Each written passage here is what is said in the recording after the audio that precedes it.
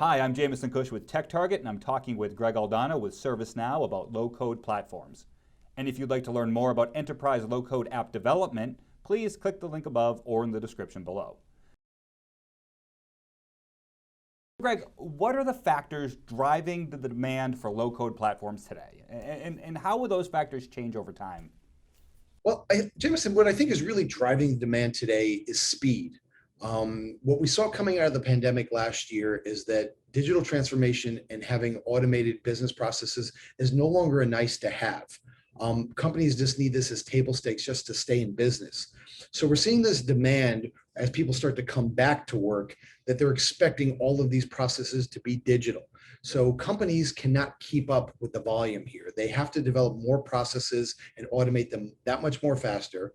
And so there is a backlog of applications that need to be built. They need to be built faster than before. So enter in low code platforms that address both of those problems. One, they introduce tools and components and platforms that allow businesses to automate faster, but it also provides tools and technologies that allow you to empower more developers. So you're not just relying on your expensive integrators or your elite developers in IT, but now you can empower business developers and citizen developers and all the different business units.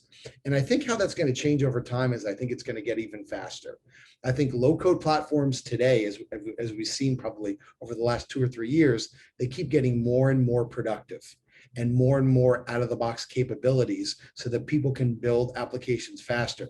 And really where I see those changing over time is that some of that process of building applications is going to become automated with the introduction of RPA and robotic process automation, as well as hyper automation, where you're going to have people developing applications to automate business processes. You're also going to have programs, bots, if you will, also helping out those low coders to help them build applications and automate processes much faster. So I keep hearing you say faster, faster, faster. I mean, how fast are we talking? So compared to traditional development, like from idea to application, how fast can these low-code platforms initiate and push out applications?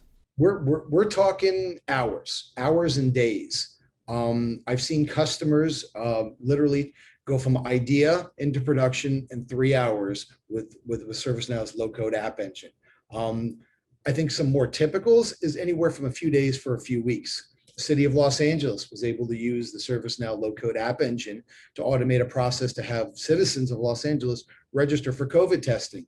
They went from idea into production within 72 hours. St. Jude Research Hospital, they had a problem last year where they were trying to automate the signing of digital signatures on contracts, and they were able to build a low-code application and roll it out to 5,000 employees, and they went from idea into production in 3 weeks. So I think that's a pretty typical time frame. So how would you decide then what type of application or use case might be a good fit for low-code app development? Let's say if you're just trying to get your feet wet in it. Well, I get this question a lot, and it's the typical answer. It kind of depends. It depends on the tolerance for risk that your company or your business or your industry have. And it also depends on the mission criticality of it. But I would say what might be a good use case for a first low code project, if you're just trying to get your feet wet. I'll quote a CIO of an automotive company that was a customer of ours. I looked around my office at all of the things that we hated doing that were manual, that were time consuming, and we decided to use low code to just automate them. And so a good example would be, capital investments and all of the tracking and project status updates. So this one CIO in particular was like, this is just such a time-consuming exercise. We use spreadsheets, we use email. It's such a very inconsistent and time-consuming experience that no one likes. Let's make it better with low code. And they were able to build an application within 2 weeks to automate all of this. Everybody loved it. They celebrated the success, and then it kind of started from there. So kind of start small, but you want to be very visible in that, and you wanted to show people very quickly the impact that low code can have. So what about integration or integrating low-code apps into existing systems? I can imagine that's a challenge that a lot of companies will be facing.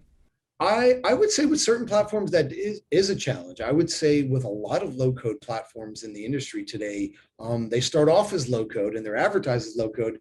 And then once you kind of get into that integration category, they become very pro code and sophisticated coding very quickly.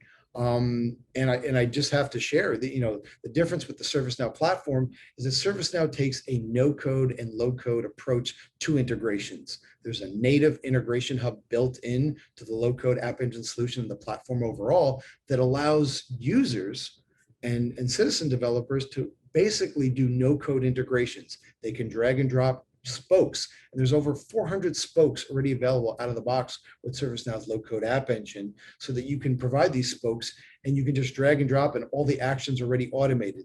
So it makes integrations almost look pedestrian. And how about scale? I mean, how do you scale apps that are built on these low code platforms?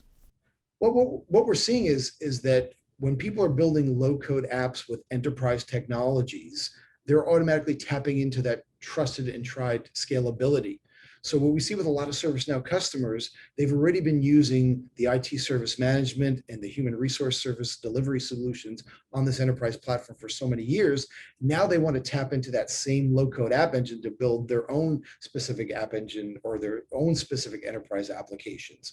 So we're seeing that when you're selecting these technologies and you want to standardize on the different low code platforms here, that scalability is a very critical factor because not all low code platforms are created alike.